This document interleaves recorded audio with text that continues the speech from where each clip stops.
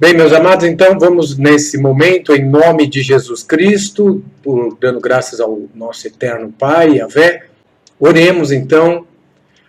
Amado Deus, Criador dos céus e da terra, obrigado, Senhor, pela oportunidade de estarmos aqui junto com estes irmãos, por meio desta interface, a internet, para poder falar a Tua palavra, estudar a respeito de assuntos concernentes aos ensinos da Tua palavra. Abra o entendimento de cada um, segundo a Tua misericórdia, seja com cada um de nós, dando-nos um bom entendimento, um bom estudo, em o nome de Jesus, o Messias.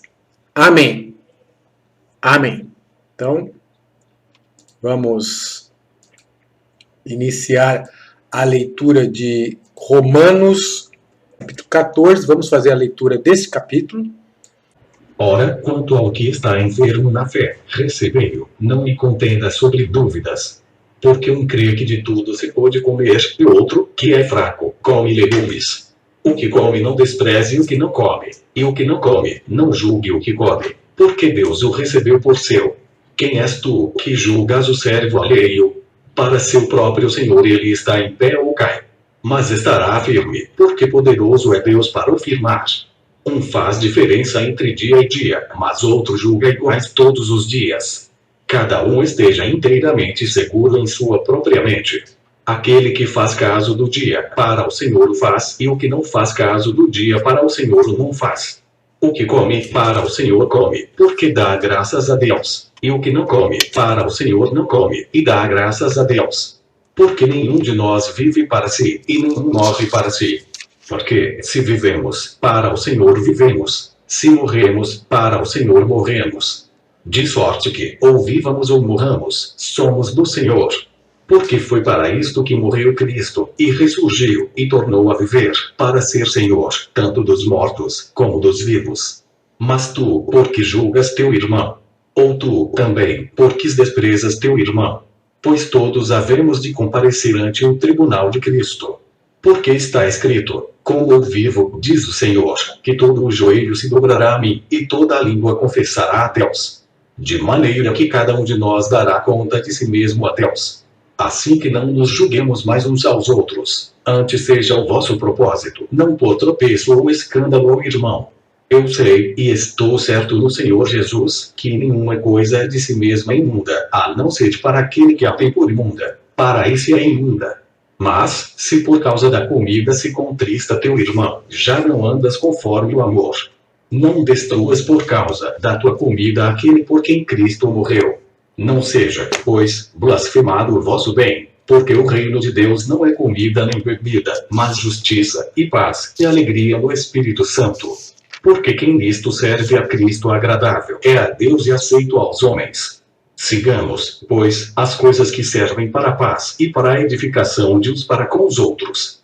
Não destruas por causa da comida a obra de Deus. É verdade que tudo é limpo, mas mal vai para o homem que come com escândalo. Bom é não comer carne, nem beber vinho, nem fazer outras coisas em que teu irmão tropece, ou se escandalize, ou se enfraqueça. Tens tu fé? Tenha em ti mesmo diante de Deus. Bem-aventurado aquele que não se condena a si mesmo naquilo que aprova. Mas aquele que tem dúvidas, se come está condenado, porque não come por fé, e tudo o que não é de fé é pecado. Bom, irmãos, fizemos a leitura aí de Romanos capítulo 14, que fala a respeito, né, da tolerância que devemos ter com respeito a alguns assuntos, aos fracos da fé, e entra aqui numa questão de vegetarianismo com pessoas que comem carne, questão de bebida, comer carne, questão de fazer caso de um dia, de outro dia, enfim. Esta é a questão abordada pelo apóstolo Paulo aos Romanos.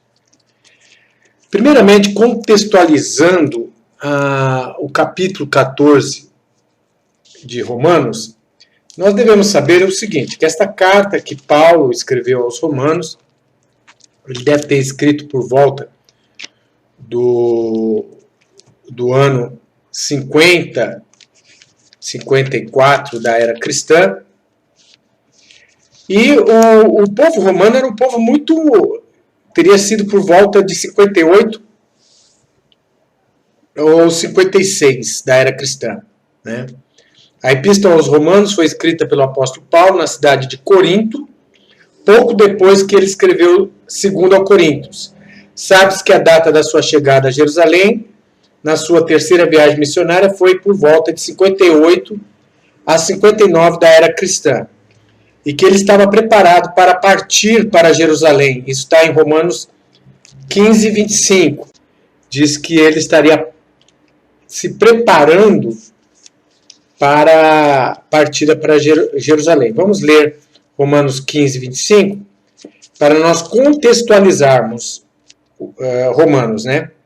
Então diz assim: mas agora vou a Jerusalém para ministrar aos santos. Então ele estaria ainda para ir para Jerusalém. Portanto, é aceito por vários intérpretes que a Epístola aos Romanos foi escrita por volta da primavera do ano 56 da era cristã. Embora normalmente se acredite que Pedro estabeleceu a igreja de Roma, há poucas evidências acerca disto. Na verdade, não há informações suficientes para sequer sugerir quem foi o responsável por guiar os crentes de Roma. É verdade, contudo, que a dispersão dos judeus levou ao estabelecimento de uma grande quantidade de sinagogas em meio a populações gentílicas por todo o Império Romano. Os apóstolos e muitos outros convertidos ao cristianismo tinham pronto acesso a estas sinagogas. Durante este período, a religião politeísta do Império Romano estava se tornando cada vez menos popular. E há evidências de que muitos se tornaram prosélitos do judaísmo ou começaram a adorar o único Deus verdadeiro. Estes eram os mais receptivos à mensagem do Evangelho, uma vez que não tinha predisposição hostil dos judeus, e também estavam convencidos de que o politeísmo era falso. Paulo estava escrevendo a um público predominantemente gentil, isso está em Romanos 11, 13, é importante a gente saber que eram gentios. Romanos 1, 13 diz: não quero, porém, irmãos, que ignoreis muitas vezes propus ter convosco, mas até agora não tenho sido impedido, para também ter entre vós algum fruto, como também entre os demais gentios. E Romanos 11 também ele fala: convosco falo gentios. Então era essencialmente uma igreja formada por não-judeus, por gentios, né? E o seu principal interesse de escrever a Epístola aos Romanos era educar os crentes nas doutrinas básicas relativas à salvação, ajudá-los a compreender a descrença dos judeus e como os gentios se beneficiaram dela. Isso já está em Romanos 9 ao capítulo 11. Ele também explicou princípios gerais da vida cristã que desejava que eles compreendessem e pusessem em prática. Então deve-se saber que os romanos eles eram muito supersticiosos, muito ligados a rituais pagãos, né?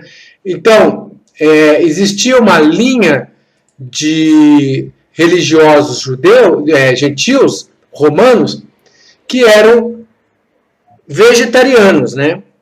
Era uma religião vegetariana entre os romanos, tá? Então, havia uma seita religiosa no tempo dos romanos que praticava o vegetarianismo, assim como grupos religiosos do Egito, né? E essa dieta, baseada numa certa crença, né, também se divulgou por todo o Império Romano. O vegetarianismo, então, já era uma linha religiosa mesmo naquela época, né? Então, alguns não queriam comer carne, né?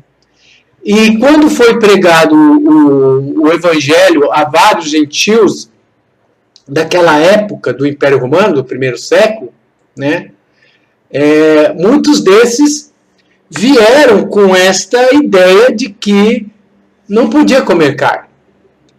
Já outros romanos achavam que podia comer carne. Então, houve aí um conflito de ideologias, né, desses gentios quando eles se converteram para o cristianismo.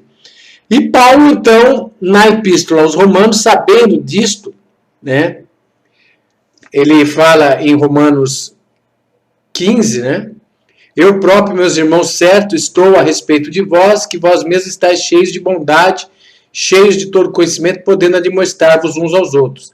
Mas, irmão, em parte vos escrevi mais ousadamente, como para vos trazer outra vez isto à memória, pela graça que por Deus me foi dada, que eu seja ministro de Jesus Cristo entre os gentios, ministrando o evangelho de Deus, para que seja agradável a oferta dos gentios santificada pelo Espírito Santo. Então, Paulo, como doutor dos gentios, ele era um aconselhador, ele vai tocar nesse assunto, né? E vai dizer que não era para destruir a fé de alguns irmãos que vieram com essa opinião de que não se deve comer carne. Ele aqui classifica essa pessoa como enfermo na fé, mas que era para recebê-los sem contendas nem dúvidas, né? Porque um crê que de tudo se pode comer e outro que é fraco come apenas legumes. Esse contexto de tudo que se pode comer está dentro do que tudo é permitido biblicamente a comer, tá? Certamente Paulo, como era um rabino, foi um rabino judeu, ele observava a questão de não comer coisas imundas, porque nós encontramos isso lá em 1 Coríntios capítulo 6, né? Que Paulo fala que nós não devemos tocar nada imundo, pois somos o templo do Espírito Santo. Aliás, 2 Coríntios, capítulo de número 6, versículo de número 16. Que consenso tem o templo de Deus com os ídolos? Porque vós sois o templo do Deus vivente. Como Deus disse, neles habitarei e entre eles andarei.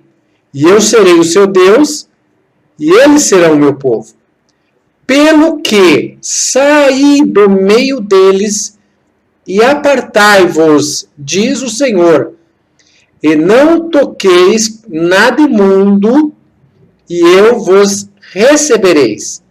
E eu serei para vós pai, e vós sereis para mim filhos e filhas, diz o Senhor Todo-Poderoso. Então, Paulo, ele cita uma passagem da Torá, onde o Eterno, ele fala a respeito dos alimentos comuns, imundos, do qual nós não devemos fazer uso. Carne de porco, peixe sem escama, como camarão, enfim, bagre, né, arraia, essas coisas que nós não devemos comer, que está classificado lá em Levítico 11. Quando Paulo fala, um crê que de tudo pode comer, de tudo que é comida, de tudo que é santificado pela palavra. A palavra não santifica coisas imundas, ela só santifica coisas que tem permissão de comer, né? O frango pode comer,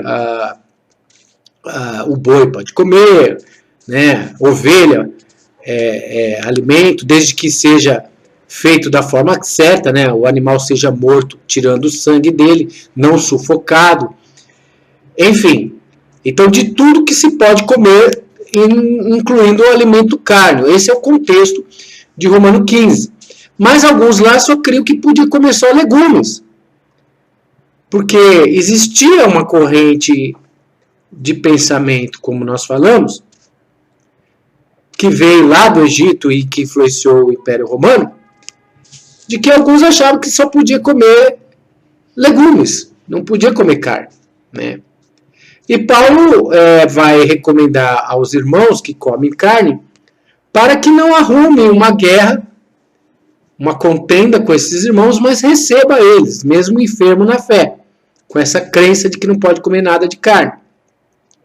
E não vai destruir a boa mensagem do Evangelho do Reino por causa de questão de alimentação.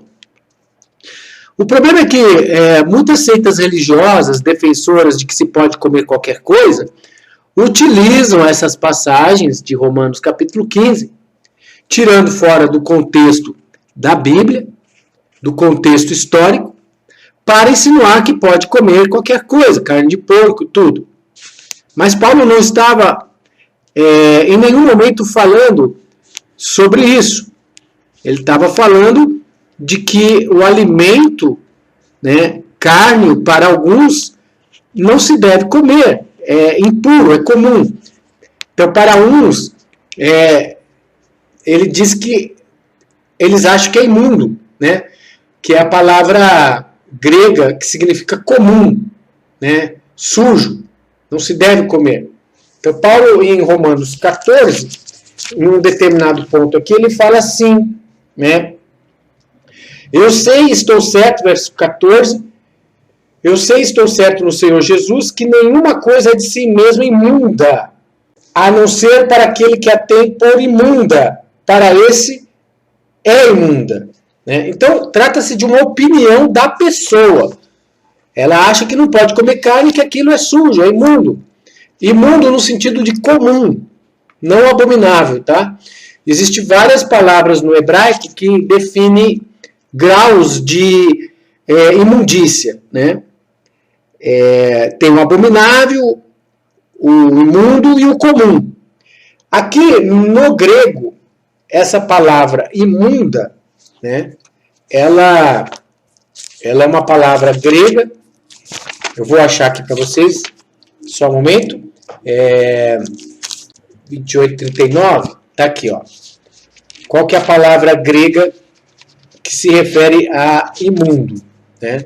Para nós contextualizarmos aqui. Então, ela é uma palavra que significa koinos, né? Comum, compartilhado por todos ou por muitos, ou profano, comum, corrompido, imundo, profano. Então, adjetivo com significado de comum, algo que pertence a todos, né? Usado por todos. Então, a palavra koinos significa comum ou imundo. Né? Então, era isso. Alguns vegetarianos consideravam o alimento carne, usado por todos, uma coisa comum, uma coisa não permitida. E Paulo fala para que não houvesse essa guerra entre eles aqui. Não tem nada do assunto que Paulo está liberando aqui a comer carne de porco, outras coisas. Né? Mesmo porque se ele fala aqui, ó, assim não nos julguemos mais uns aos outros, antes que seja o vosso propósito não pôr tropeço ou escândalo ao irmão.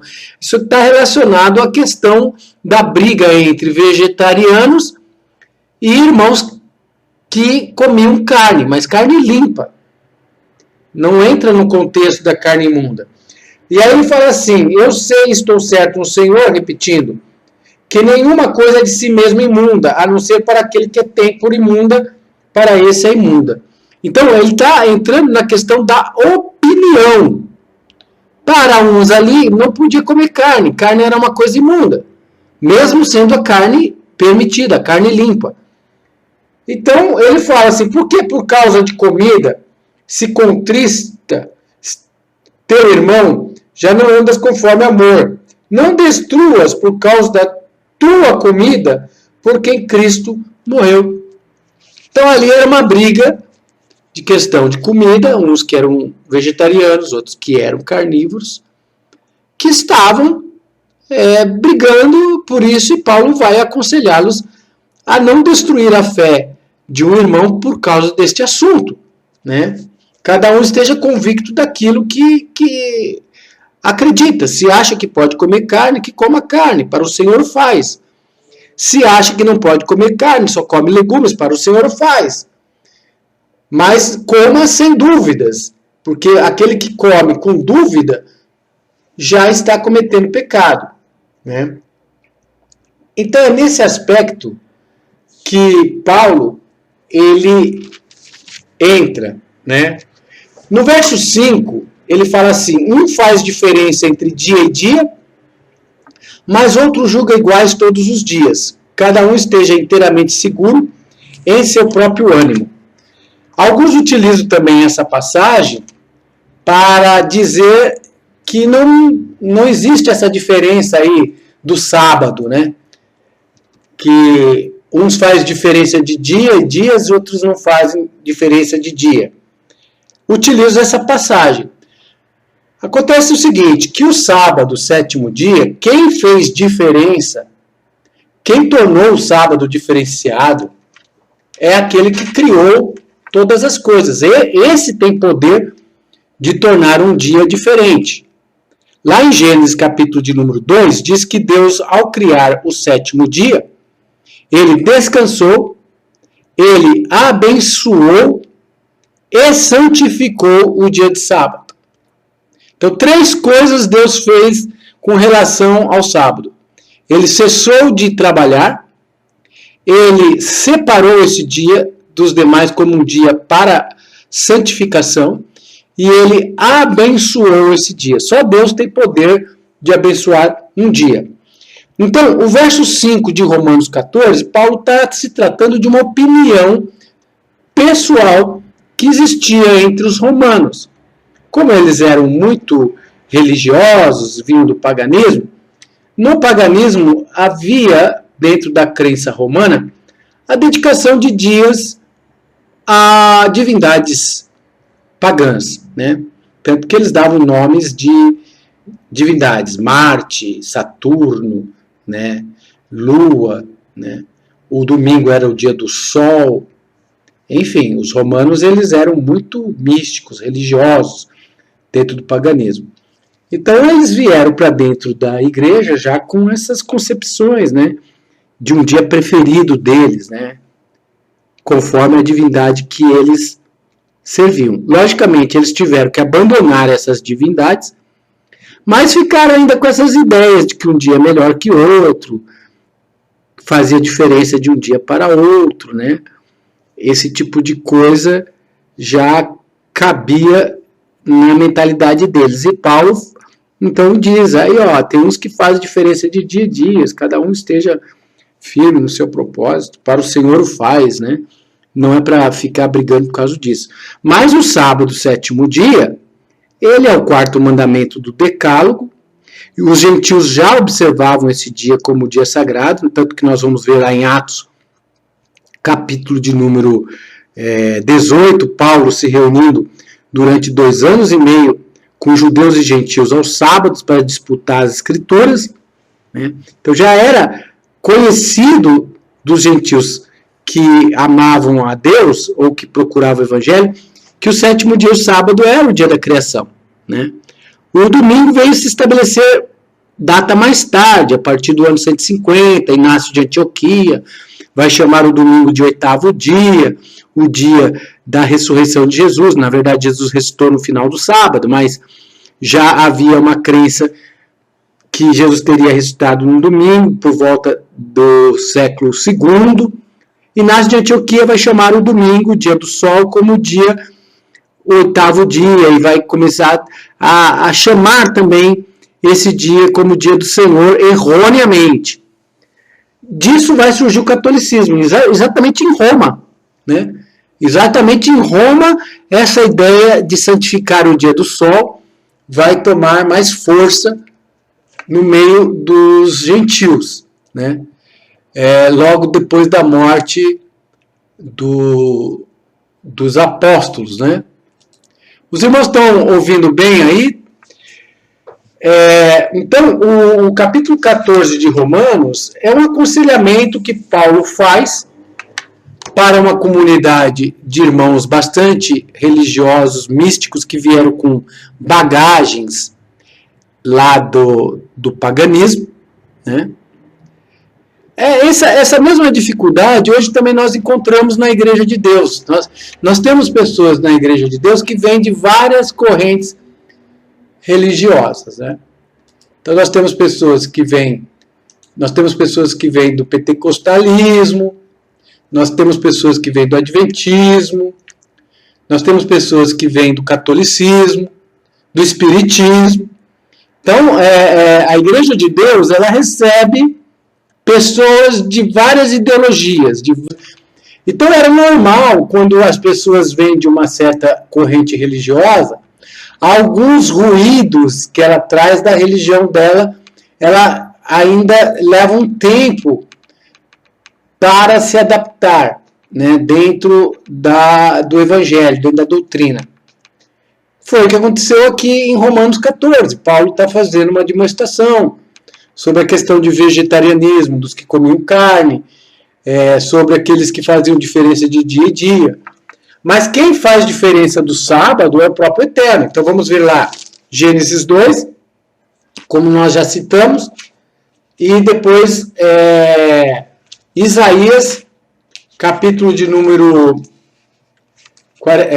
58, e depois Marcos.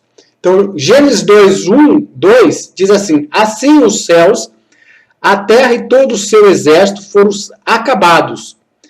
E havendo Deus acabado, quer dizer, cessado, no dia 7º a sua obra que tinha feito, descansou no 7º dia de toda a sua obra que tinha feito. Então Deus descansou. Verso 3 diz: e abençoou Deus o dia 7º e o santificou. Veja, ele abençoou e ele, o Eterno, santificou, porque nele descansou de toda a sua obra que Deus criara e fizera.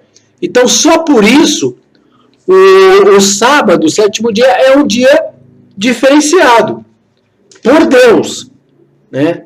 Não é uma questão de opinião minha. Eu acho que um dia é melhor, eu acho que um dia é pior. Isso era o que estava ocorrendo ali com os romanos. Já o sábado, 7º dia, o próprio Criador é que o classificou como um dia santificado, né? Isso é confirmado também na Nova Aliança, confirma também essa citação do escritor de Hebreus sobre a santificação do 7º dia.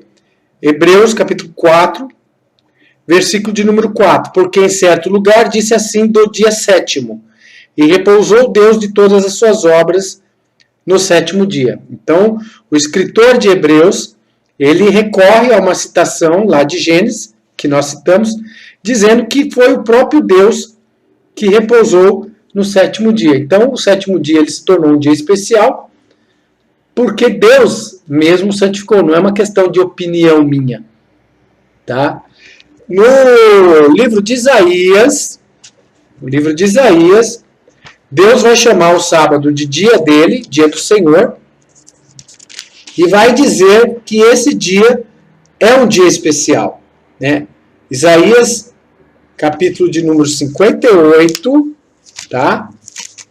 Versículo de número 13 e 14. Se desviares o teu pé do sábado, de fazer a tua vontade no meu santo dia, e se chamares ao sábado deleitoso e santo dia do Senhor. Olha lá, o sábado é o dia santo do Senhor. Digno de honra, e se honrares não seguindo os teus caminhos, nem pretendendo fazer a tua própria vontade, nem falar as suas próprias palavras. Então, te deleitarás no Senhor, e te farei cavalgar sobre as alturas da terra, e te sustentarei com a herança de teu pai Jacó, porque a boca do Senhor o disse. Veja que forte, né? A boca do Senhor o disse. Nem só de pão o homem viverá, mas de toda a palavra que sai da boca de Deus. E qual foi a palavra que saiu da boca de Deus?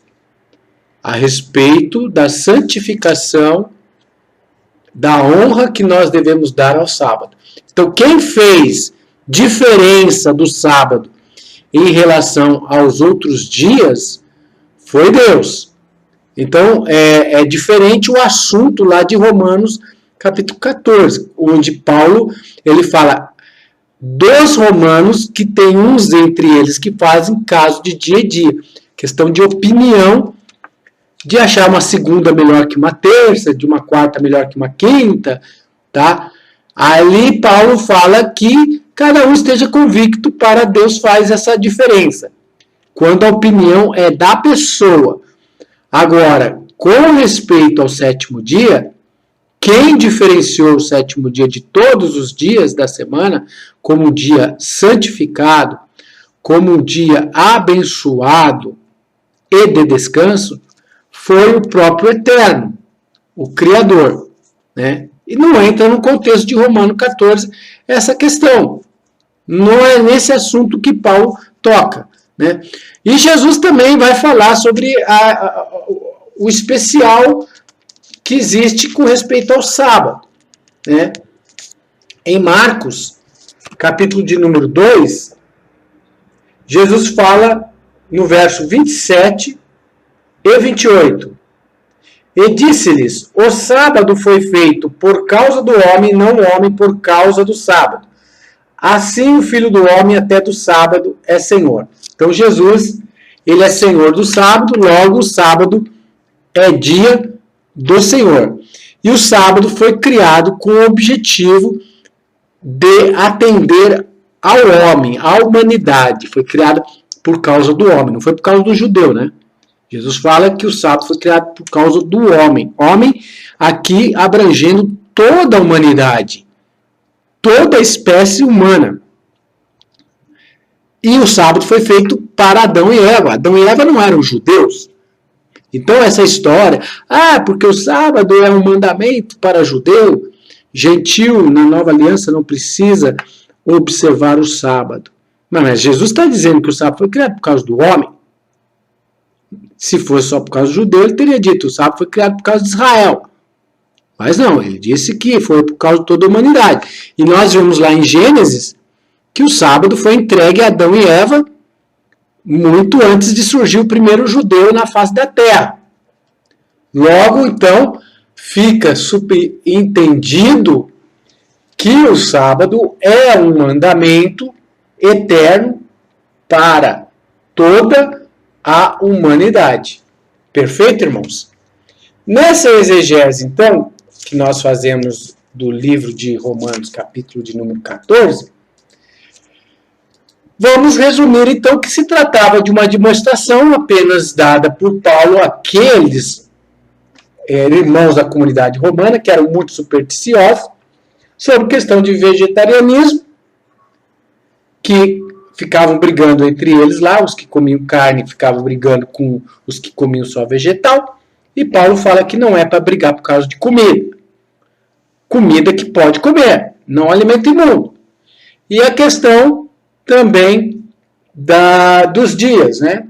Que eles eram também supersticiosos e faziam diferença de dia e dia, que era uma questão de opinião pessoal. A questão do sábado não entra no contexto porque era uma questão já ligada ao eterno. Então nós temos que contextualizar a epístola de Paulo. Eu não posso pegar uma epístola, um capítulo, e anular toda a Bíblia com um capítulo. O próprio apóstolo Pedro fala a respeito do apóstolo Paulo, né, que existem pontos difíceis na epístola de Paulo. O próprio apóstolo Pedro, falando a respeito do apóstolo Paulo, ele fala assim, no verso 15 de 2 Pedro 3. E tende por salvação a longanimidade de nosso Senhor, como também o nosso amado irmão Paulo vos escreveu, segundo a sabedoria que lhe foi dada. Falando disto, como em todas as suas epístolas, entre as quais há pontos difíceis de entender, que os indoutos inconstantes torcem igualmente as outras escrituras para a sua própria perdição. Vós, portanto, amados, sabendo isto de antemão, né, sabendo disto com antecedência, né, guardai-vos de que, pelo engano de homens abomináveis, sejais juntamente arrebatados e decaiais da vossa firmeza. Antes crescei na graça e no conhecimento de nosso Senhor e Salvador Jesus Cristo. A Ele seja dada a glória, assim agora como no dia da eternidade. Amém. Então ele mesmo, o apóstolo Pedro, faz uma advertência a respeito das epístolas de Paulo, que existem pontos difíceis, que pessoas indoutas, incapazes, não conhecedoras das escrituras, torcem igualmente as outras escrituras para a sua própria perdição. Quer dizer, descontextualiza, pega uma passagem de Paulo e coloca contra as outras escrituras e acaba levando outras pessoas a cair, a perder a firmeza, né? E acaba sendo arrebatado por homens abomináveis, transgressores, né? Que utilizam pontos difíceis da epístola do apóstolo Paulo para induzir as pessoas à transgressão, a torcer outras escrituras e caírem da fé. Então não é para nós sermos arrebatados pelo engano de homens indoutos, homens incapazes. Toda a escritura, inclusive as epístolas de Paulo, quando nós lemos, nós devemos contextualizar com todas as escrituras. Quando um versículo da Bíblia ele é tomado isoladamente do contexto, ele pode gerar um pretexto e levar a pessoa a uma falsa ideia, né? Hoje aí nós temos aí grupos que pregam que o sábado deve ser guardado de acordo com a lua nova, né? Então todo dia 15 é a lua nova, né? Todo dia 14 para 15 é a lua nova, e todo dia final do mês 29 para 30 é também um sábado. Eles fixam o sábado de acordo com a lua. Então o sábado pode cair numa quinta, pode cair numa quarta. Ele vai variando aí conforme a lua, né? E aí é o seguinte, eles dizem que esse sábado que nós guardamos o sétimo dia é romano, é gregoriano. Mas não tem nenhum pé nem cabeça essa teoria deles. Por quê? Primeiro pelo seguinte, que o povo judeu, aí eles foram confiados os oráculos divinos. Até hoje o povo judeu guarda o sétimo dia da semana. Quando chega sexta-feira lá em Israel, eles param tudo a partir das 3 horas para entrar no sábado. Então até hoje os judeus guardam o sábado. Nós temos irmãos de todas as eras que guardavam o sábado, o sétimo dia. Tanto é verdade que o sábado, sétimo dia, é o dia correto, que a Igreja Católica mudou para o domingo, que é o dia após o sábado, né? Se o sábado, sétimo dia, não fosse realmente o verdadeiro, fosse inventado pela Igreja Católica, não tinha por que ela mudar do sábado para o domingo, né? Quer dizer, ela usaria um sábado falso para enganar os habitantes da Terra. Mas ela mudou para o domingo justamente porque o sábado, sétimo dia, é o sábado verdadeiro, né? E o ciclo semanal, ali de Gênesis capítulo de número 1, diz que no quarto dia foi criado a lua. Logo, se nós fôssemos guardar sábado pela lua, não faz nenhum sentido, porque no terceiro dia após o quarto dia, o sétimo dia, Deus fez o sábado.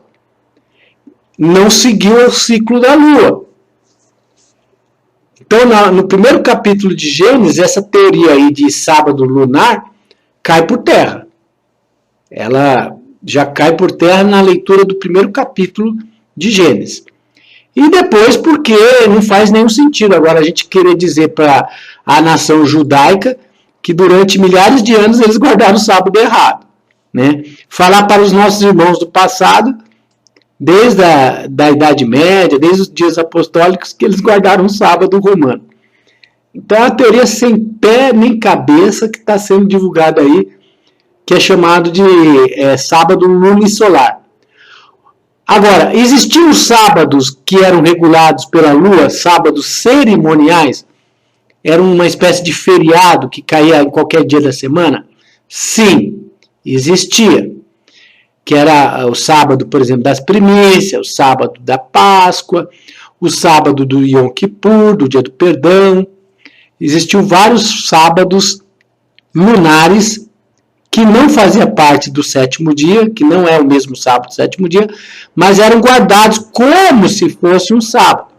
Então vamos supor, se caísse numa quinta-feira, a Páscoa, aquela quinta-feira era guardada como se fosse um sábado. Se caísse numa terça-feira, o dia do perdão, lá, o 10º dia do sétimo mês, caísse aí numa terça-feira, aquele dia seria guardado como se fosse um sábado. Inclusive era chamado de sábado. Né? Sábados, né? Os sábados cerimoniais. Muitas pessoas às vezes não estudam esse assunto e acabam se confundindo sábado cerimonial com sábado sétimo dia. O sábado sétimo dia, ele é a matriz, ele é o verdadeiro, veio desde a criação, foi entregue para toda a humanidade, né? Já os sábados cerimoniais, eles vieram com a lei, com a Torá, no tempo de Moisés, e estavam ligados às festividades de Israel. E poderiam cair em dias diferentes da semana, pois estes eram regulados pela lua. Estes grupos aí do sábado lunar fizeram uma salada, uma mistureba dos sábados cerimoniais, confundiram com o sábado sétimo dia, e criou uma confusão que está levando pessoas a transgredirem o sábado sétimo dia em cima dessa confusão que eles criaram aí de sábado cerimonial, sábado lunar. E pessoas que não têm conhecimento às vezes disso, caem no argumento deles e acaba caindo da firmeza e acaba transgredindo o mandamento do sábado, né? Isso tem acontecido, né? Tem muitas pessoas que acabaram sendo levadas como que por uma onda deste argumento aí do sábado lunisolar. Eles argumentam na história, tudo, a fábula artificialmente composta, engenhosamente composta, né, que parece que é verdade, mas o fundamento é muito fraco. Quando você questiona a primeira semana lá de Gênesis, que a lua foi criada no 4º dia, e pede para eles explicarem, eles só sabem rir e colocar um monte de links para dizer que eles têm fundamento, né? Eles não respondem a tua pergunta e colocam um monte de link, falam um monte de coisa e diz que você tem que estudar, que você está equivocado, mas não responde a pergunta, porque não tem, na verdade, resposta, né? Na verdade, eles não têm uma resposta para isso. Então, meus amados, está aí a exegese de Romanos capítulo 14, e é sempre bom nós estarmos revisando o entendimento, né, sobre as epístolas de Paulo, como a gente explicou lá, que existem pontos difíceis de entender que alguns distorcem para a própria perdição, mas nós vamos ser firmes no entendimento geral das Escrituras. Amém, irmãos?